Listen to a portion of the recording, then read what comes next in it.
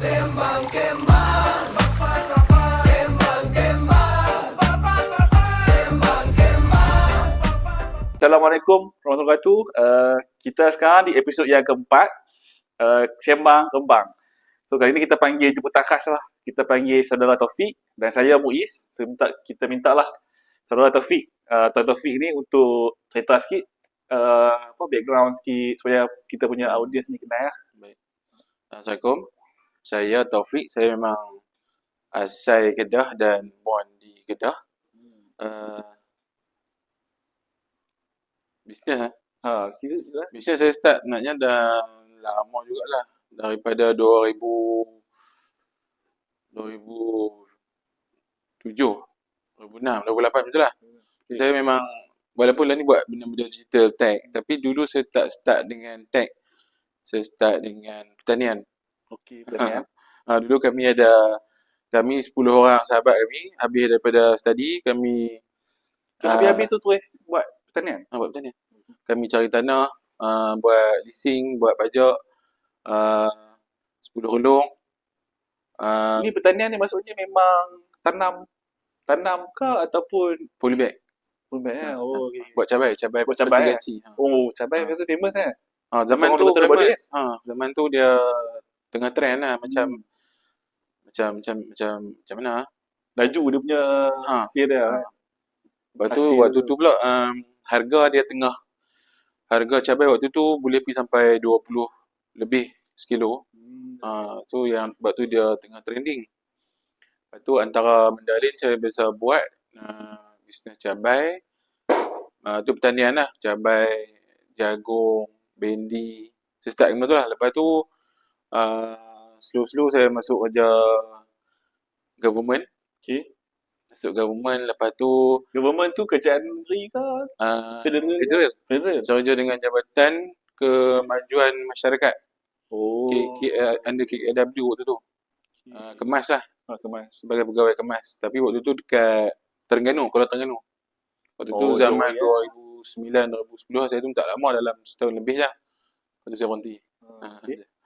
Saya berhenti, lepas tu saya berhenti tu sebab ada buat bisnes lain lah. Buat bisnes online, buat bisnes kereta dan macam masalah. Bisnes tu sebenarnya memang kat Kedah. Di- Kau daripada start dekat Kuala Terengganu tu, memang tu terus balik Kedah? Memang duk start dah lah waktu tu. Tak tahu Terengganu pun. Balik Kedah pun tak balik Kedah, balik Penang dulu. Lepas tu duduk dekat setahun kat Penang. Adalah bisnes naik turun apa semua. Lepas tu dalam tahun 2011, 2012 tu bisnes tak berapa okey. Lepas tu join College Insaniah sebagai researcher. Jadi academician pula. Jadi RE. Researcher assistant. Research untuk insan medik waktu tu. Untuk counselling punya department. Okay, dipendekkan cerita.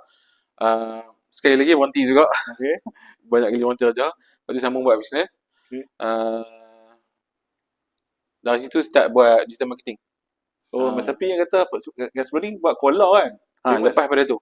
Lepas digital marketing. Bila dah buat bisnes sendiri, lepas tu duk buat digital marketing. Waktu zaman forum, zaman Facebook baru nak mula kan. Study daripada situ lah. Lepas tu bila start buat kola dalam 2014-2015 tu baru betul-betul fokus lah buat digital marketing, website, buat apa nama, e-com zaman tu pun tak panggil e-com ke, panggil apa dulu lah. Listing website macam tu lah. Bayar pun bayar macam mudah dulu lah. Okey, faham. Ini lepas tu dalam waktu zaman Kuala Kedah tu pun banyak benda apa saya terlibat dengan Kesatuan Kreatif Kedah, terlibat dengan AOR Festival, terlibat dengan waktu tu ada Kindness Malaysia. Kira hang betul-betul aktif lah dengan komuniti Sebab memang part of the journey tu memang sama-sama support. So memang macam tu kami punya currency dulu. Macam tu. Okey. Lepas tu sampai sekarang ni daripada digital marketing biasa lah ni dah evolve lah kepada company yang paling latest sekarang ni company nama Nurpay. Company tu sekarang ni dia buat manage service untuk subscription lah untuk company lain untuk kickstart mereka punya recurring business model. So kami punya role adalah bantu business ni untuk mula menggunakan traditional business mereka tu, mereka boleh generate recurring revenue menggunakan recurring punya business model. Macam tu.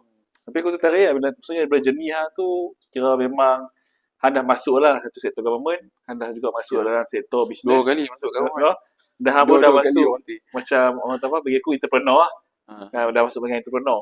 So aku nampak dia maknanya dalam bisnes ni dia ada orang tahu apa, sakit senang lah kan. So kalau aku tanya macam okay, bila kenapa macam mana Han tiba-tiba boleh terdetik yang nak masuk ke digital marketing? Mesti ada satu benda yang spark kan. Kata, asal daripada aku buat ni, aku rasa benda ni dia adalah opportunity kan untuk kita nak run the business. Dia sebenarnya digital marketing ni aku start daripada zaman blog. Dulu Blogspot kan? Blogspot. Itu Friendster right? Friendster, MySpace. Aku ada blog sendiri. Lepas tu tak hebat nama blog tu. Kalau save naik lagi. Boleh lah, boleh listen lah. Boleh save tapi tak biasa. Boleh listen lah, sorry. Kau Taufik, Blogspot kan? Blog tu dulu bila duk buat blog, lepas tu ada orang macam interested macam mana nak design blog macam yang aku buat dulu. Macam mana nak buat macam tu. So dari situ dapat job. Job. Buat job untuk buat Blogspot? Buat bodoh-bodoh pun design banner, buat menu, buat footer. Oh, situ ada start explore dah buat multimedia punya design lah. Dari situ. Start sikit-sikit waktu tu HTML biasa je. Blogspot kan dia tak ada, dia tak banyak sangat benda yang kita boleh custom. Yalah, zaman tu bukannya ada AI. Tak ada apa. Semua baca apa stack dulu. Stack Overflow. Betul. Padu. Lepas tu daripada situ lah dia grow kepada digital marketing, dia grow kepada fintech sekarang ni kepada dari situ lah. Dia sebenarnya bukanlah aku yang detik sendiri. Proses tu kan. Aku buat benda tu slow. Guna guna sendiri. Then ada orang sekeliling punya audience depa yang perlukan benda tu. Macam dulu pun bila aku buat Kola, buat web, buat social media, depa macam hang buat macam mana? Ni depa tanya kan, betul. Lah kali depa bayar untuk buat depa sampai Itulah kalau betul nak tahu Taufik ni dia founder yang buat Kola Kedah kan. Dia ayat minuman kan. Nanti boleh search lah tengok ni top lah tu. Cuma biasa ada bisnes ni ada Tronet. Sekarang ni dia fokus kepada fintech lah. So macam sedia maklum ni memang tahulah kata hang memang provide services untuk handle bahagian e-commerce lah. Maksudnya e-commerce, buat website semua ni kan. So mesti kalau aku tengok bisnes tu lah, maknanya hang akan jumpa ramai jenis pelbagai klien lah kan. So hang rasa apa yang cabaran yang hang hadapi lah bila hang buat services tu? Sebab kalau kat Kedah ni aku rasa website dengan e-commerce babak jual beli ni memang demand dia tinggi lah kat sini kan, asas dah tu kan. Cuma hang boleh kongsi lah sikit kan, maknanya macam mana pengalaman cabaran dia, kelebihan dia, kongsi sikit supaya kita dapat lah. Sebelum ni kan, kalau buat website lah, website ni dulu tak banyak sangat lah job dalam mungkin tak sampai 20 kot. Cuma dia punya isu dia bila business owner tu dia tak faham dia buat website sebab apa. Selalunya dia follow orang, FOMO, orang yang buat dia pun nak buat. Lepas tu bila dah siap website tu jadi tukun. tak ada revenue, tak ada function. Lepas tu domain hosting bazar habis macam tu je. So dia akan beli hang lah kan. Depa macam tak. Bila dia dah habis semua, depa akan macam kenapa depa spend beribu-ribu untuk benda yang depa macam tak guna sangat. Oh, dia argue lah. Kan? Depa macam buat ni. Depa tak tahu yang sebenarnya bila ada website kena cari traffic. Kena ada ikut juga kalau kita website tu ada sistem agent ke, sistem yang company tu guna ke, tu bolehlah digunakan, tapi benda tu tak generate revenue secara directly lah maksudnya. Maknanya dia tak boleh stand alone lah. Kalau nak buat website, dia tak boleh stand alone satu je, hand tu saja. Maknanya dia ada package sepatutnya dia kena ambil lah. Betul tak? Dia sepatutnya kalau kita handle klien aku, aku akan tanya, hang nak buat website ni apa yang nak achieve? Okay. Sebab 80%, 70% of the time tak perlu buat website tu untuk achieve apa yang dia perlukan. Contoh bila jumpa klien kata, aku nak buat website. Bila tanya. In the end lah kali dia kata dia nak sale. Okay. So bila dia nak sale, kata apa? Website tu sekadar jambatan saja, bridge saja kepada sale. Okay. Dan jambatan kepada sale tu bukan website semata-mata. Kadang-kadang dia dah ada database, dia dah ada agent ke customer lama punya database ke, dia boleh guna benda tu. Ataupun dia ada unfair advantage lain ke, adik-beradik dia ada projek ke, tender ke apa kan. So benda-benda tu Kalau contoh macam aku pun ada juga macam adalah pernah buat macam bisnes kolam kan. Maknanya kalau aku katakan okey tu kolam mandi tu. mandi Super duper tu. kata okey tadi aku nak buat bisnes kolam. So kalau aku fikir maknanya apa yang hak advice untuk kolam tu aku tu dapat sale lah. Tadi end result dah lah aku nak increase aku punya sale kan. So apa perlu aku buat kalau aku nak dapatkan services yang membuktikan kata sale aku memang akan naik. Selepas aku kalau kata sale ni dia ada dulu aku ada study sale ni, kita nak increase sale ni ada 3 ke 4 benda tau. Conversion rate, number of leads dengan AOV. AOV ni maksudnya average order value. Conversion ni contohnya bila ada 10 orang jumpa kita, berapa orang yang convert? Daripada 10 tu setengah, 5 saja ke, 1 saja ke. Maksudnya kalau kata lepas ni, contohnya bulan ni ada 10 orang, bulan depan ada 10 orang juga, tapi conversion rate bulan depan meningkat 80% kita punya conversion rate. So kita meningkatlah sebab kita boleh convert lebih ramai orang daripada sebelumnya. Kalau kata number of lead, macam tu juga. Number of lead bulan ni 10 orang, number of lead bulan depan ada 20 orang. So kalau conversion rate kita sama, setengah, so kita akan meningkat bulan depan. Maksudnya website tu nak perlu tak perlu? Website ni dia duduk dekat alat, sama ada untuk cari lead, untuk bayar, untuk convince kat situ. Kira branding present lah. Dia tu kata dia jadi jambatan untuk orang contact business owner tu ke, untuk bayar tu ke. Dan benda tu pun maknanya boleh je diganti dengan benda lain. Macam orang tu buat sebenarnya. Social media, guna TikTok pun boleh juga.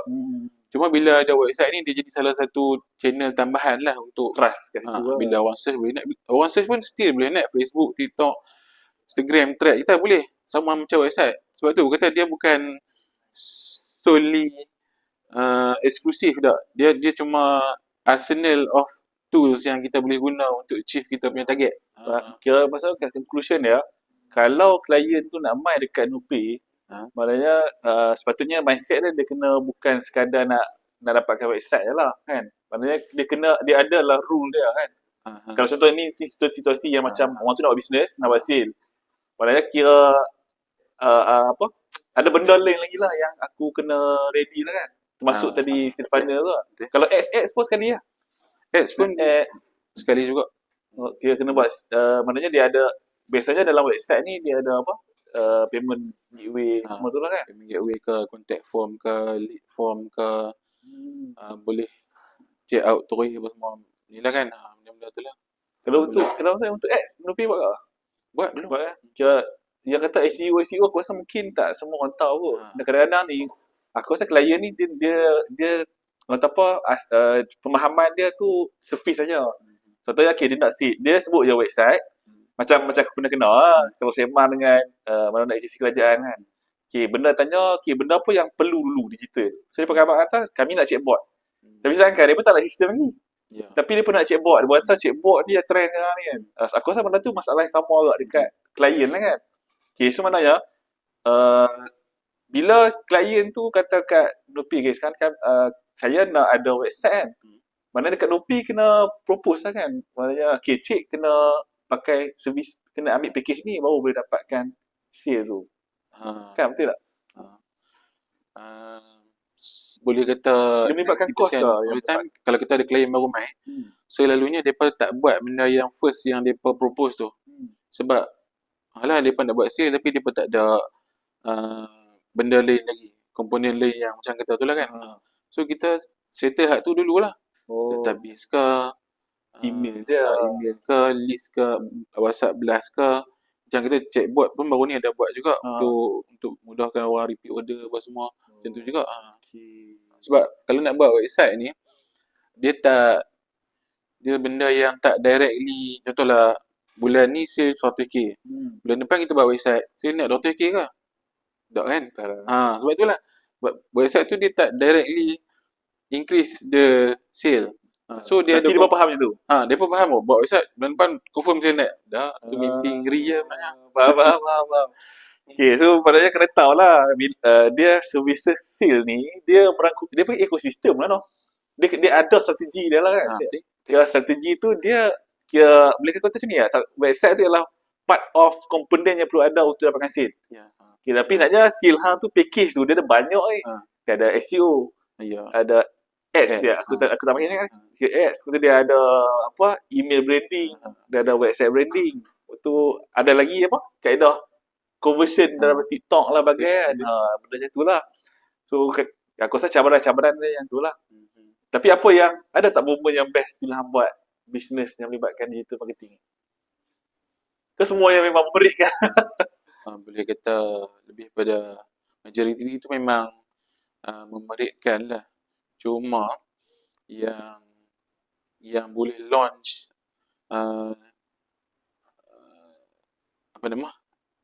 company aku sampai sekarang ni adalah kami guna subscription business model. Okay. Yang mana subscription business model dia macam Netflix, macam Unify yang orang bayar recurring lah.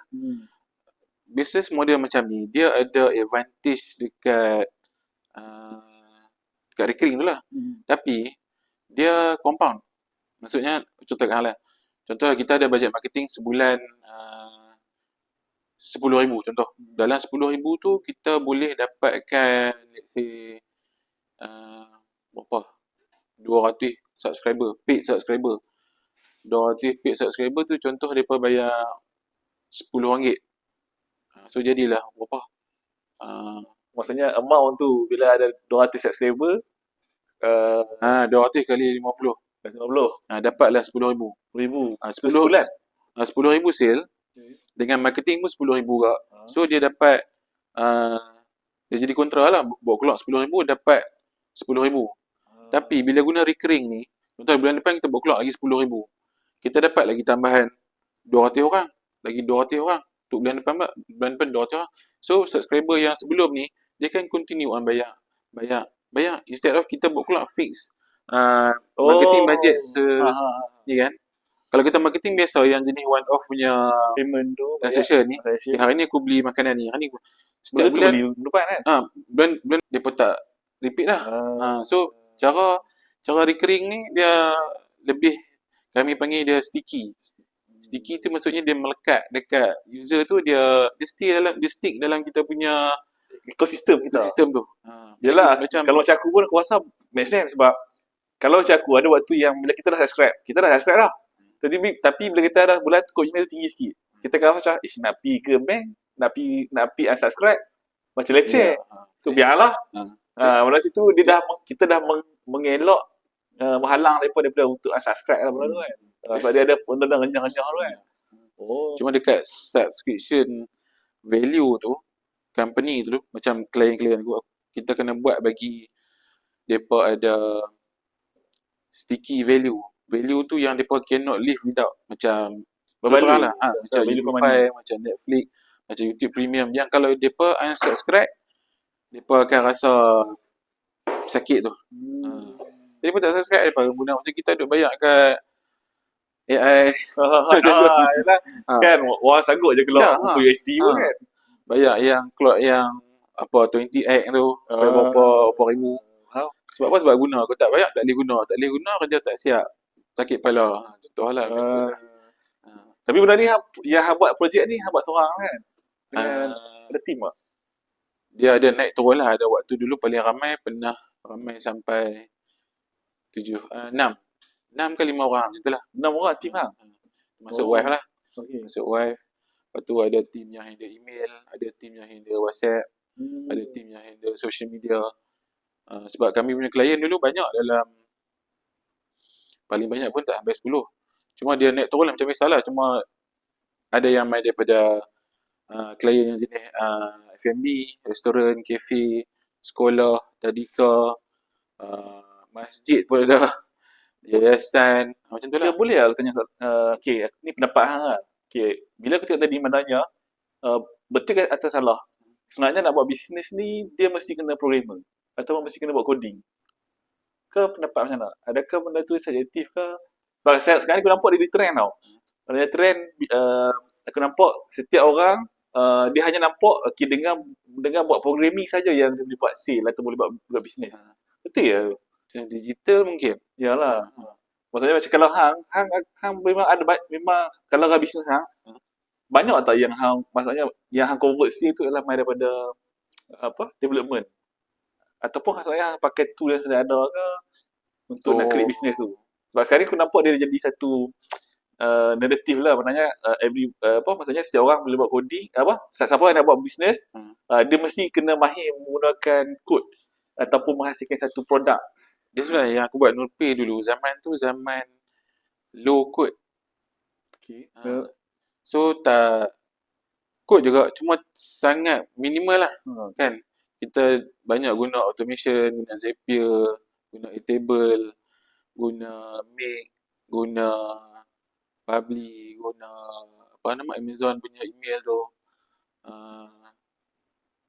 So benda-benda tu dia tak perlu kod banyak sangat sebab dia dah ready made. Kita cuma match dia punya link, dia punya API, webhook, email apa semua tu. Okay, maksudnya kita tak perlu sampai in-depth programming pun kan. Maknanya kita gunakan programming tool tu untuk kita mudahkan kerja lah kan. Yeah. Sebab orang panggil apa? Matlamat untuk buat bisnes adalah untuk beruntung. Okay. Untuk beruntung kena ada sale. Okay. Nak buat sale tu dia macam pintu syurga lah. Dia ada banyak pintu untuk dapat sale. Tak semestinya programmer saja. Tak semestinya buka kafe saja. Tak semestinya kena buat live saja. Tak semestinya kena jadi influencer saja kan. So dia banyak pintu. Ada orang yang boleh buat sale banyak. Orang tak kenal pun, tak ada TikTok, tak ada apa, duduk atas gunung, dalam kampung. Cuba buat duit kan? Masih buat duit. Ada setengah orang macam tu juga, tak payah jumpa orang, tak payah buat live, tak payah duduk. Tak payah ni pun duduk rumah, buka laptop, coding, boleh buat sale. So dia banyak jalan. Last sekali dia main dekat advantage seseorang tu. Kalau kata aku pandai buat contohlah strength kita. Kita pandai buat apa, kita fokus tu. Kalau kata aku nak, contoh aku boleh code. Tapi aku nak pergi buat live. Benda-benda yang aku tak reti, take time. Bila nak dapat sale pun tak tahu. So, stop lah no. Maksudnya cara dia jadi disadvantage lah kat kita kat situ. So, maknanya kita kena kenal juga bisnes kita nak pergi tu. Kita ni strong kat mana kan? Kalau katakan laluan tu payah, jangan bicara payah lah. Dia bukan tak boleh. Dia effort banyak sikit dia effort tu banyak, lepas tu dia punya learning curve pun banyak, lepas tu dia punya rejection pun banyak. Kadang-kadang bila kita benda yang kita dah master dah, kita dah reti buat, dia punya friction pun kurang, lepas tu kita nak rasa burn out pun lambat. Kadang-kadang benda tu kita seronok kan, orang tak bayar tak apa. Faham. Dia ada satu moment je lah, macam apa pun macam ni rupanya. So kat situ lah. Itulah benda tu kadang-kadang pun aku rasa benda yang selalu jadi kawan kan, aku dah salah-salah kan. Kadang-kadang dia lah idea banyak, tapi kita bayang semua penyelesaian tu main daripada coding. Zaman sekarang pakai kod kan. Cuma mungkin itulah aku yang aku rasa yang macam kita kena bantu untuk clear kata tak semua coding tu dia mudahkan untuk kita menjual. Tapi sebenarnya kita tak perlu sampai in-depth coding tu kan. Contohnya sampai belajar nak pergi jadi programmer semua sebab kita nak buat sale kan. Padahal sebenarnya existing tool tu sebenarnya kita dah boleh buat duit lah kat situ kan. Kalau kita manfaat macam apa affiliate. Semua orang buat affiliate, game-game macam tu kan. Okay, satu lagi topik aku nak sembang Sejak maklum pun memang tahu kata hang pun part of committee dalam Kedah Valley. Okay, macam hang rasa macam mana yang Kedah Valley ni yang hang rasa macam boleh manfaat gila-gila kalau Kedah Valley ni ada ni, kita push sikit ni, naknya kita memang boleh banyak lagi job yang kita boleh buat, banyak lagi job yang kita boleh sharing dekat kawan-kawan kan. Aku ni ada sedikit sort of thought lah. Kan, apa lagi yang the big VC mission yang rasa macam, kena buat kan. Dia sebenarnya apa impact Kedah Tech Valley ni dia kena orang kata apa? Systemic level lah. Bila semua komponen-komponen dalam ekosistem digital negeri tu matang, talent dia, company dia, tech dia, projek dia, semua tu dia akan menyumbang kepada growth dalam ekonomi tu. Bila ekonomi tu berkembang, banyak company, banyak talent semua tu, banyaklah juga lagi peluang projek, job yang semua orang Kedah boleh pakai share. So macam kata tadi, Kedah Tech Valley ni dia tak boleh sekadar ada. Tak boleh sekadar registered, tak boleh sekadar ada website. Dia kena ada impact kepada Boleh jadi. ya, Apa sale stream dia yang tarik kat situ. apa yang dia boleh wujudkan, talentnya, opportunity dia, projek dia, funding ke, investor ke. Oh, ni kira tamparan untuk Kedah Valley lah. Kata hang bukan sekadar ada. Tamparan tu Hang kena susun. tu aku jugalah. Dia kena provide sales stream apa yang untuk nak kuatkan community ni lah kan. Cuma cabaran Kedah Tech Valley ni sebab dia currency dia bukan sales daripada Kedah Tech Valley. So benda tu yang kita Nak mencari nak formula model. ukur pun bukan tak nampak dia lambat kan. Kita buat benda ni tahu bila baru nak boleh jalan nampak kan. So itulah cabaran Kedah Tech Valley yang akan datang ni lah, macam mana nak kena explore lagi lah kan.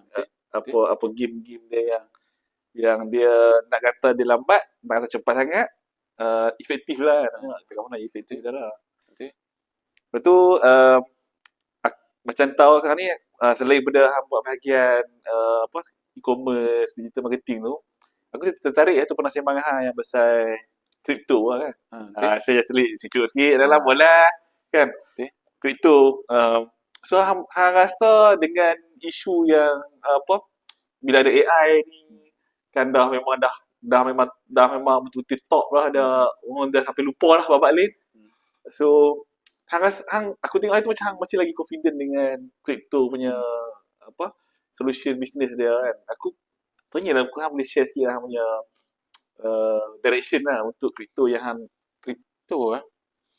kripto ni kalau tanya aku lah, kita kena pandang dia lebih daripada nama token tu. Token nama Bitcoin ke, Ethereum ke, Solana. Kita kena tengok lebih pada tu. Kita kena tengok dekat dia punya teknologi, apa yang dia enable, apa yang dia boleh impact, apa yang dia boleh improve current sekarang state. masih ada hope tak untuk solution Sekarang ni pun banyak tech solution yang belum betul-betul menggunakan kriptografi blockchain punya teknologi lagi. Benda-benda tu sebenarnya kalau kita implement, banyak benda yang kita boleh solve juga. So aku pun ada juga terlibat dengan benda ni sebagai trader lah, sebagai holder, sebagai community member pun ada juga, sebagai seperti Solana apa semua. So dia pun memang ada community yang sentiasa on board member dan juga tag kepada the mass. Tapi tu lah aku macam tertanya kan, macam bila ada community ni, depa apa topik yang dia bersembang.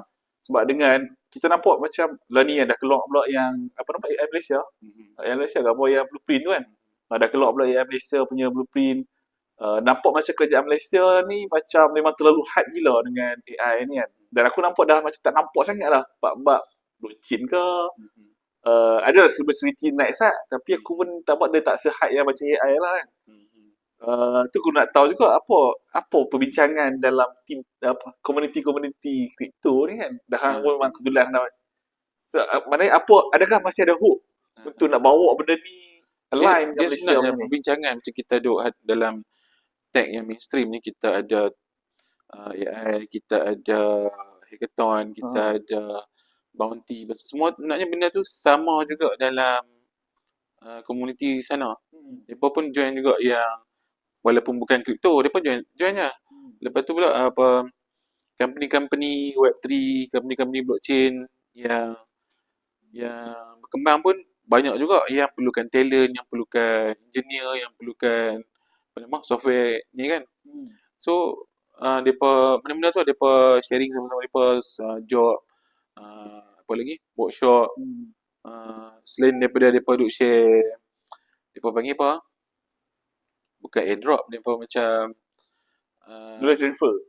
bukan macam ada apa-apa news yang kemungkinan token mana-mana yang akan naik Free ke yang akan naik kan, so depa akan dapat insider punya info lah benda tu. Tapi kan aku macam fikir agak contohlah aku pernah ambil dia blockchain punya seed kan. Aku pun duk tengok blockchain ni kita tahu value added tu besar. Aku masih lagi macam tak yakin lah sejauh mana market lah kan. Kalau katakan kita pergi ke arah industri blockchain tu, kripto ke apa ke, kat mana yang aku buat bisnes tu? Aku tak nampak lagi. So aku tak mungkin boleh share sikit lah. Kenapa macam masih lagi nak contribute? Adakah sebab faktor knowledge ke? Ataupun faktor potential trending ke? Mungkin dia akan one day dia akan block dia akan maksudnya dia akan cross. Sebab kita akan contoh pasal awal NFT kan. Kenapa kelebihan dia bila ada someone yang start explore awal. Dia tahu dah benda tu kan hype. So dapat dah hype kan. Macam kita sekarang ni macam mana dengan situasi kripto ni? Maknanya relevan lagi tak untuk player-player macam kita ni untuk letakkan hook, untuk contribute kepada knowledge tu, skill tu, untuk kita nak buat duit. Berat tapi berat. Berat juga. Tapi ada satu benda lah yang directly aku guna dan involve adalah dulu zaman-zaman ni lah apa nama trading kripto ni, orang especially aku lah guna trading, guna API apa semua ni kan. Kalau broker-broker yang biasa ni, yang of course lah yang security commission yang certified ni kan, mereka tak ada API. Mereka tak provide pun API. Kalau ada pun kena ada business tier lah, apalah, kena bayar lah apa semua kan. Tapi zaman tu dulu, broker-broker, mereka tak broker, mereka panggil exchange. Crypto exchange, DEX, Binance, apa semua ni, mereka dah provide API tu lama dah. Dan benda tu sekarang ni dah mula di-normalize dekat mainstream stock market. Dekat Momo, dekat Hatta, dekat Luno, dah mula ada dah. Yang dulu tak ada. Sebab ada push daripada user lah. User nak API sebab lah ni kan zaman dia, zaman semua guna buat tools sendiri. Tools lain pun boleh ada API, boleh connect dengan orang sebab lain. Daripada AI tu lah kan. Dia menggalak daripada satu AI, satu lagi sebab aku nak nampak macam benda ni dulu macam specialist untuk geng blockchain, untuk geng crypto saja mereka boleh guna. So lah ni yang mainstream punya stock market, futures pun dah boleh guna. Sebab apa? Sebab ada seed yang ditanam dekat industri trading crypto ni lah, dibawa kepada mainstream. Aku punya pandangan macam tu lah. Sebab dulu the reason aku tak trade depa ni sebab lambat kena buka terminal, kena apa semua ni. So aku trade kat crypto sebab aku boleh guna API, boleh guna handphone lah apa semua, ikut suka aku nak guna apa surveillance headless lah kan. Lepas tu bila depa ni dah ada, so kita pun boleh embrace stock market yang baru ada ni, especially Momo, satu lagi benda apa, Hatta Luno tu pun sama lah sebab mereka kripto juga. Macam tu lah. So kira-kira bahasa mudah tu yang aku nak abang tu, sebenarnya kan kita tak nampak, tapi sebenarnya ada juga benda yang masih mempengaruhi. Masih ada harapan lah untuk dapat market tu kan. Betul. Tapi kalau in term of Kedah kan, maknanya kalau kita nak offer solution tu, maknanya boleh buat lah dekat Kedah kan. Aku macam nak tengok lagi. Maknanya market tu jadi aku nampak market dia kecil. Maknanya kompetitor tak ramai kan. Cuma nak cari isu dia bila kompetitor tak ramai, kita nak buat duit itulah kan. Adakah dia membadai dengan peserta yang tak ramai tu untuk kita nak Dia nak macam invest kat situ. hmm, Itu yang macam aku duduk masih lagi benda apa ya? dia Boleh kalau buat kata kan? apa panggil apa benda tu? Teknologi kita nak onboard, kita nak implement dekat industri apa semua ni kan. Dia kena start, kalau pendapat aku lah, dia kena start dengan pain point. Dia kena ada satu company ataupun bisnes ataupun industri tu, dia ada benda yang dia sakit. Dan benda yang sakit tu boleh di-solve dengan teknologi. Teknologi tu boleh jadi teknologi blockchain ke, crypto ke, apa-apa ke. So, kalau ada pain point yang boleh di-solve, yang blockchain boleh solve, boleh je. Contoh, kalau contoh aku bagi contoh, aku dah fikir tadi, zakat. Zakat kalau buat open ledger guna blockchain, hal saja jadi apa? Immutable. Orang boleh trace dia pun, memang dia pun tak bayar guna token. Dia pun bayar guna duit biasa. Tapi dia pun punya record tu immutable, dia pun boleh check dan orang lain pun kan? legit. Orang boleh tengok, check dia punya chain, dia punya ni kan. So isu transparency, isu apa semua tu yang selama ni orang duk kata tak mau bayar kat zakat kan? sebab tak ni. So orang boleh trace daripada transaction ni, aku bayar sekian ni, berapa bulan ni, berapa ID dia, berapa hash dia, last kali siapa penerima dia. Ya, apa fee, gas fee ke, in between ke, apa ke kan. Semua boleh trace. Kalau kita zakat mau buat, kalau bukan zakat Selangor dapat lah. Tak pasti sebab aku tak tahu tapi aku macam ada baca juga macam ada je collaboration yang main bank aku tak pasti. Maafkan aku lah salah, saya tengok balik lah. Ada je yang macam saya kenal betul dia tarik. Aku tak rasa setakat ni aku tak dengar lagi lah yang kata apa final result dia kan. Mungkin dia masih lagi R&D ke apa. Dia sebab pinpoint tu dia tak cukup membuat-buat. Boleh jadi sebab mungkin faktor-faktor cost kot kan. Sebab Boleh jadi. sebab kalau nak pakai yang macam Ethereum semua tu nak kena sebab dia bayar tak kan, reward. Betul. Zakat pun kalau dia nak implement benda tu, dia kena buat keluar duit. Dan dari segi opportunity cost yang dia buat keluar duit berbaloi ke tu, tak? apa reward, apa baloi dia buat benda tu. Dia pun nak kena study juga tu. Lain lah kalau kata dia berjaya buat tahun depan 2027, dia pun launch dia pun punya open ledger ke apa benda, gunalah network apa-apa pun kan. Lepas tu tiba-tiba tahun sekali lagi zakat dia pun naik 2 kali ganda. Sebab dia buat benda tu. Boleh jadi.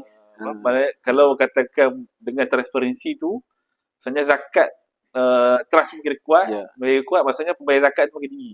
Jadi kan kita ada zakat daripada sekian-sekian negeri yang tak disclose dia punya transaction kan. Kalau depa boleh embrace open ledger macam tu, bukan kata apa negeri lain boleh bayar depa. Satu dunia boleh bayar depa. Sebab apa? Sebab transparansi. Buat pun ada kes yang baru ni kan? Ya, betul. Boleh cerita kan?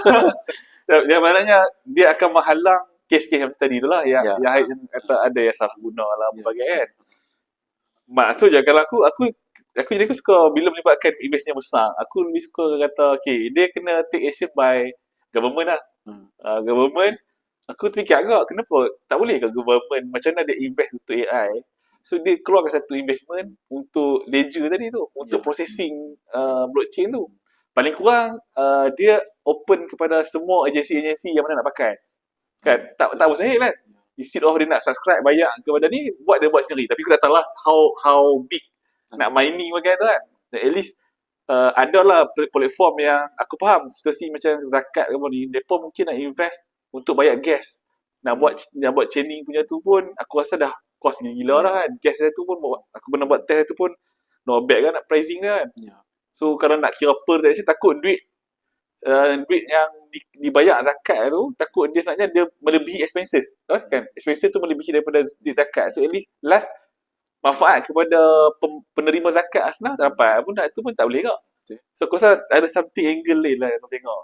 Tu benda macam gas fee semua tu dia ada, aku tak pandai sangat, tapi dia ada workaround dia lah, apa nama, dalam blockchain network ni dia ada juga network yang gas fee dia murah, ada yang depa punya self hosted pun boleh kan. Self hosted pun boleh. Ada juga yang depa buat macam mana?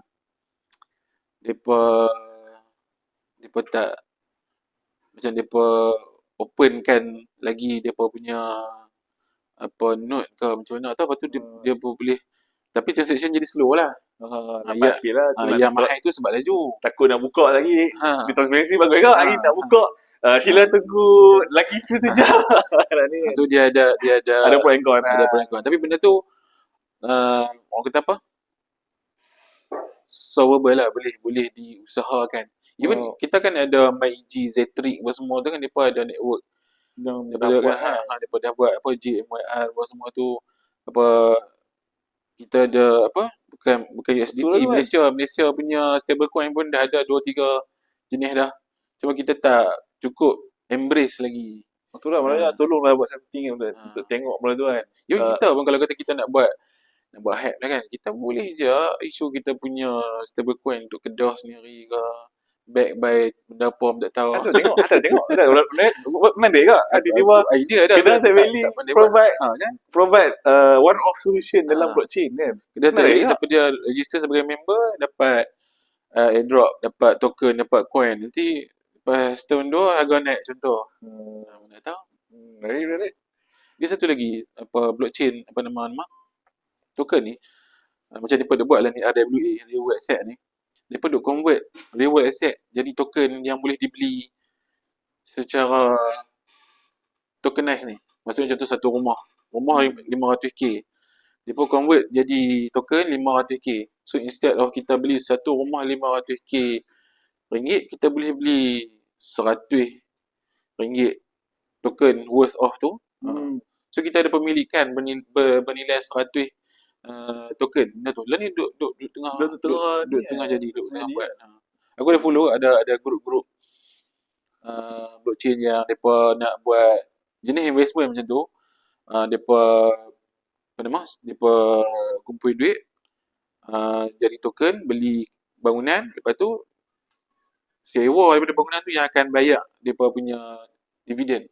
Okay, maksudnya depa struggle lah. Depa sekarang ni maksudnya depa cuba juga nak create satu investment baru lah kan. Macam mana nak pastikan benda ni bagus tapi mana lagi segmen yang boleh buat duit tu kan. Kalau kata jenis lain yang orang kata apa hype jugalah untuk blockchain punya ni kan. Aku nak sebut dia macam ganti kan kalau kita buat seni berhad, kita ada share apa semua kan. Dia pun tokenizekan share tu. Dia jadi company yang ni token share. Lepas tu orang boleh beli tapi dengan harga ikut demand and supply ni. waktu tu kan. So company tu boleh dapat bukanlah funding, dia boleh terbitkan share untuk dapat capital untuk dia buat projek, dan orang pun boleh invest yang ada security blockchain apa semua. Add on risk lah, apa depa study risk sendiri ke apa semua. Tu satu jalan lah. Kalau kita jalan ni nak kena ada company secretary, nak kena seni berhad, nak kena ada pihak capital, nak kena banyak sangat audit. Banyak audit. Ni haluan yang blockchain. Bukanlah haluan yang salah. Easy money dah lah. Easy money kan. Dia nak kurangkan friction tadi lah. Ya. Dia macam kan hantar kan setiap token yang orang create tu dia akan ada projek di sebalik dia. Projek tu boleh jadi company, boleh jadi artwork, boleh jadi meme coin, bodoh-bodoh, shitcoin apa semua kan. Anything benda. Lah ni kan hari tu dia buat apa Polymarket punya tahu tak? Yang mana? Polymarket yang PRN Garis 9. Okey. Hampir ada sini. Polymarket tu dia adalah Polymarket. Dia adalah pooling. Pool. Yang undian lah. POLY. Polymarket. Polymarket ni sebenarnya dia jenis senang serta dia gambling lah. Dia betting. Orang boleh bet atas apa juga benda dia boleh dibet. Dan depa itu buat betting untuk PRN Garis 9.